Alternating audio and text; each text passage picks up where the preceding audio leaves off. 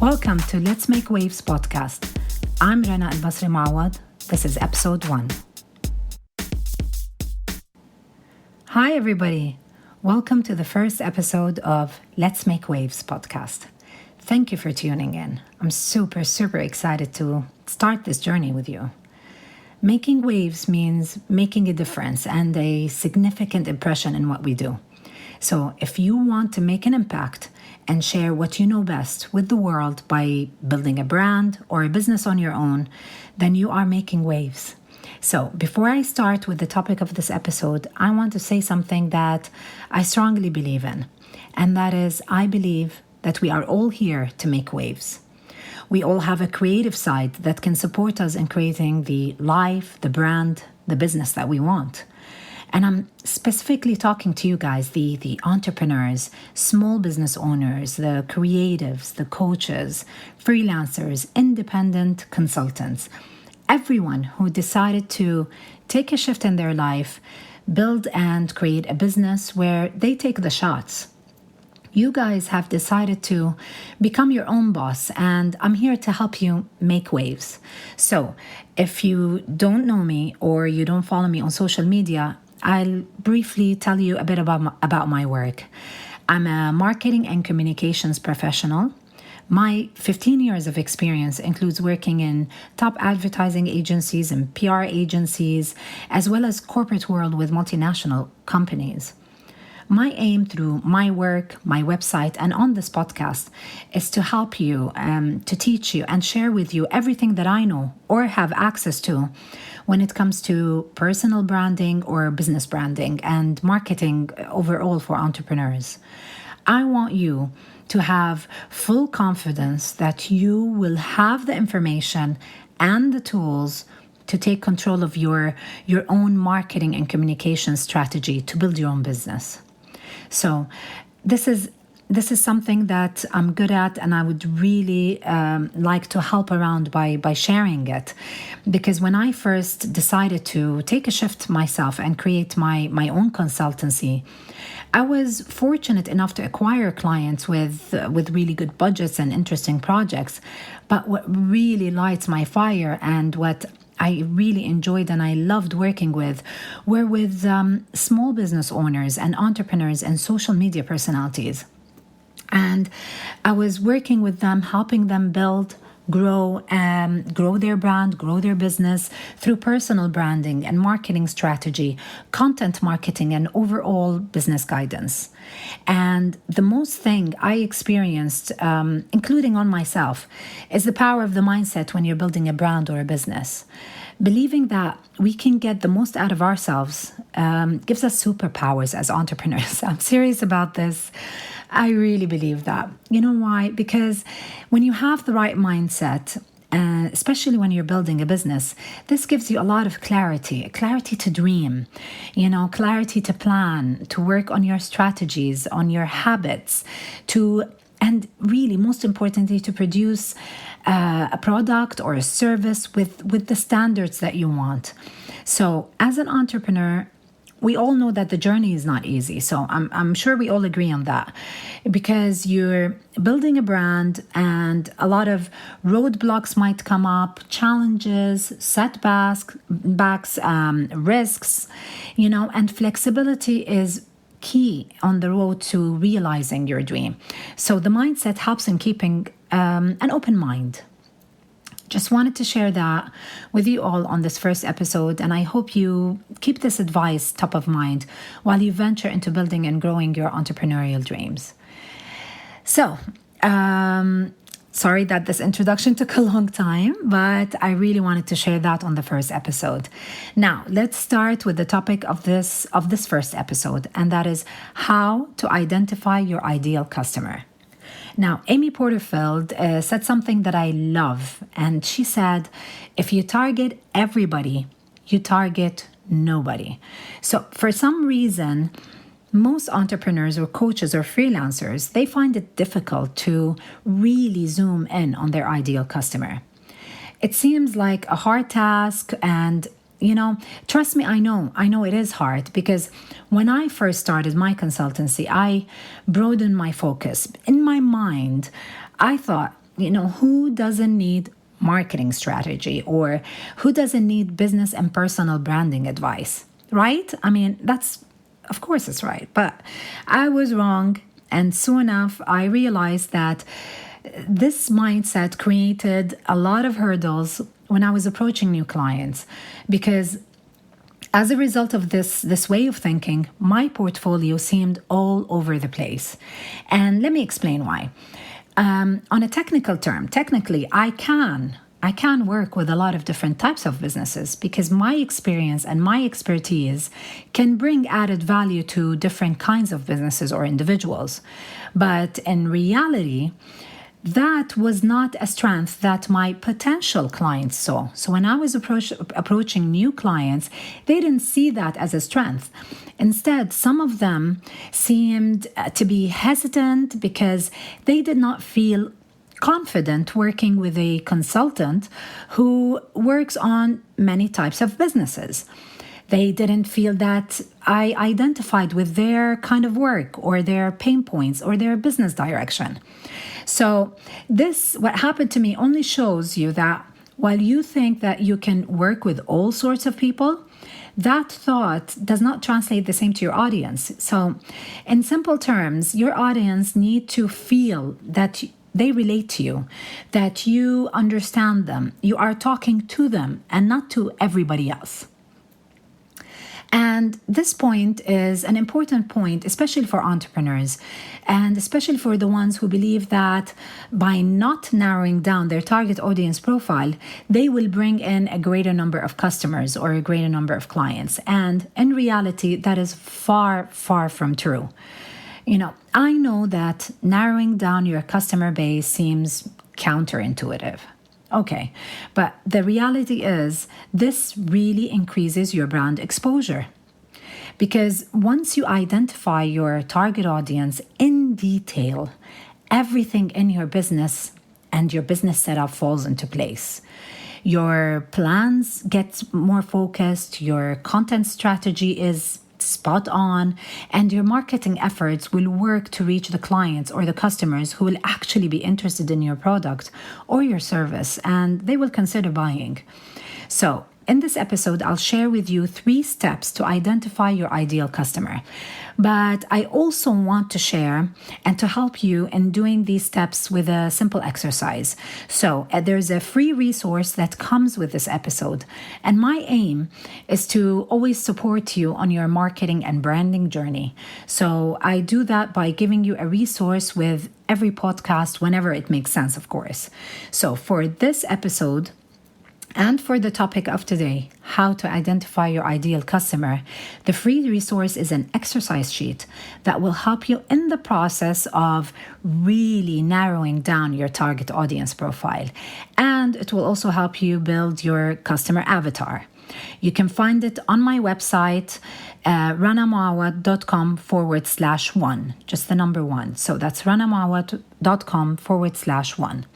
So let's get back to the 3 steps that you need to take while working on nailing your target audience profile, okay?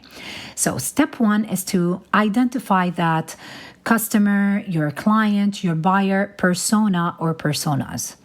So for some of you who don't know this, a customer persona is a semi-fictional representation of your ideal customer. And this representation is based on market research or actual real data that you have from your existing customers. Okay?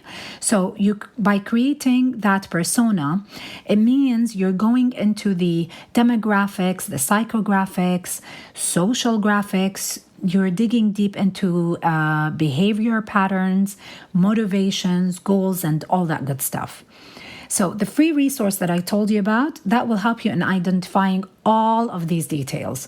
But while you're working on this step 1, I want to stress 2 points, okay? The first one is making sure that you really go into detail when you identify your customer or your client. And have fun with that. Like, who is your client? What do they like? What do they do on their spare time? What are their wishes and their hopes and their dreams? What is really important to them? Okay? And the second point that I want to stress on is that as much as the details and the demographic part is important, it is even more so with the psychographics and the social graphics. Because with the rise of social media and the importance of digital in your content and your marketing strategy, by understanding and identifying such aspects of your target audience, it becomes imperative for your success in reaching them. Okay, so please keep those in mind when you're working in the exercise sheet for the first step. And now we move on to the second step, and that is step 2, list the challenges and the pain points.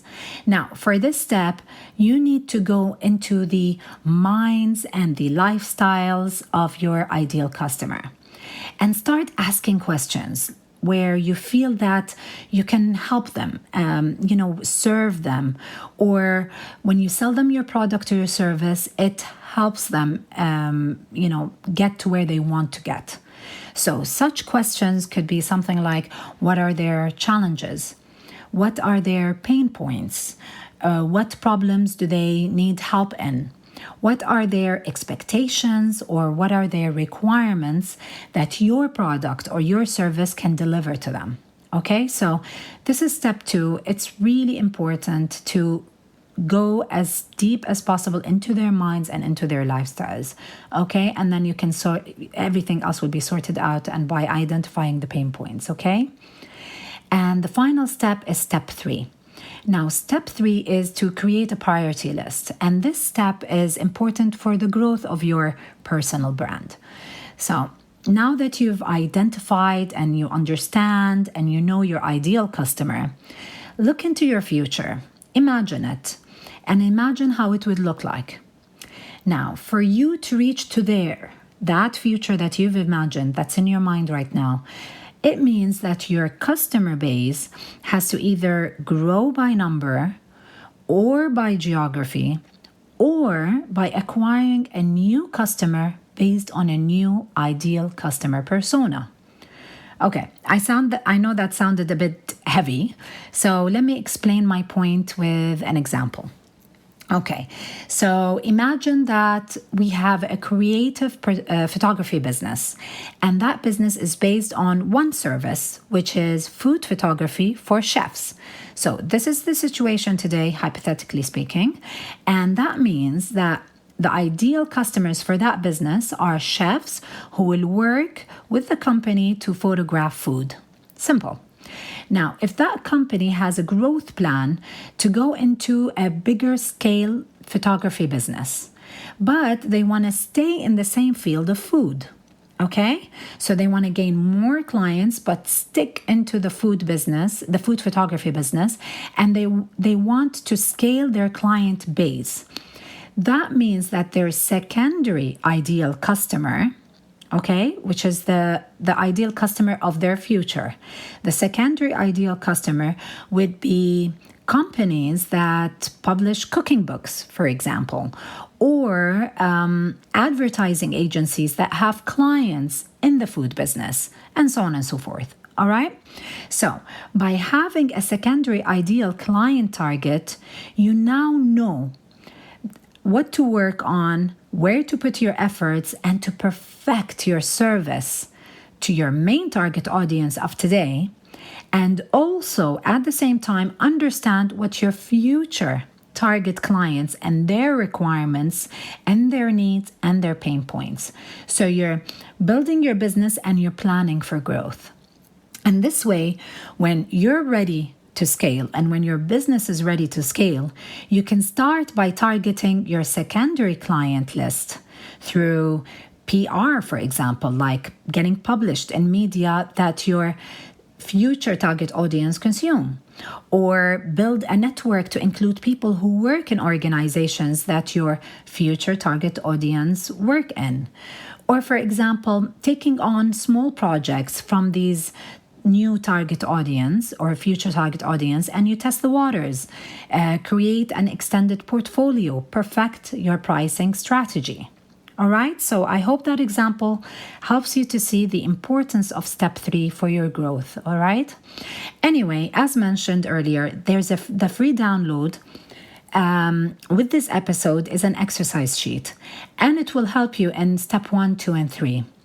And in all the process of really narrowing down your target audience profile. You can get it on my website, ranamawa.com/1. I really want you to remember this. Defining your ideal customer or client helps you in many ways in your brand building and your business building, okay? And that is, it will help you focus your marketing efforts and your sales efforts on an audience that are most likely to like and to buy your product or your service. Okay, it will help you focus on reaching, communicating, and selling to potential customers who will be interested. Because when a customer is not a good fit, that drains your effort. Okay, basing your client profile on just, gut feeling and guessing and all of that, it leaves a lot of room for error and misjudgment. And this means in your brand building, target and in your brand building exercise, you're going to be wasting your time. You're going to be wasting your efforts, your content, your resources, and the worst of all is wasting your money. So, okay, I hope that helped. There you have it, how to identify your ideal customer. And if you have any questions whatsoever, or you want to talk about this topic, the best place to do so is on the episode page on my website, ranamawa.com/1. Do you have other steps that help you identify your audience? Please share them with me and share them with everybody who's listening to this podcast. We'd really like to know what worked for you. And let me know if the exercises below and the exercise sheet, the freebie, helped you in your pursuit to identifying your ideal customer. All right? I'm going to see all those comments and I'll get to them for sure. Okay, that's it for me this week. Thank you so much for listening, and we'll touch base again next week with a new topic and a new episode. Till then, have a great week and take care.